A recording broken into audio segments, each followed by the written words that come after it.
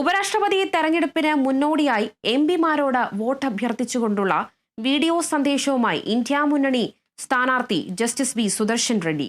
ഇന്ത്യയുടെ ആത്മാവിന് വേണ്ടിയാണ് താൻ വോട്ട് ചോദിക്കുന്നതെന്നും പാർട്ടി താൽപര്യങ്ങൾക്കപ്പുറം രാഷ്ട്രത്തിന്റെ താൽപര്യങ്ങൾ പരിഗണിച്ചാണ് വോട്ട് ചോദിക്കുന്നതെന്നും അദ്ദേഹം പറഞ്ഞു. ഉപരാഷ്ട്രപതിയായി തെരഞ്ഞെടുക്കപ്പെടുകയാണെങ്കിൽ പാർലമെന്ററി സമിതികളെ രാഷ്ട്രീയ സമ്മർദ്ദങ്ങളിൽ നിന്നും മുക്തമാക്കും, പാർലമെന്റിന്റെ ആരോഗ്യമായ യഥാർത്ഥ വേദിയാക്കി മാറ്റുമെന്നും ഇന്നലെ രാത്രിയോടെ എക്സിൽ പങ്കുവച്ച വീഡിയോയിൽ അദ്ദേഹം പറഞ്ഞു. ఈ దేశం మీది, నాది, మనందరిది.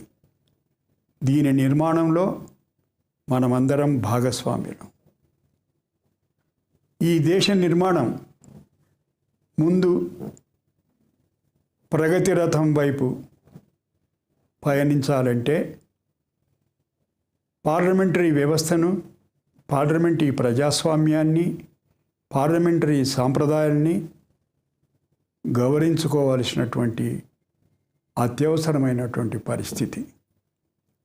పార్టీలకు అతీతంగా రాజ్యాంగబద్ధంగా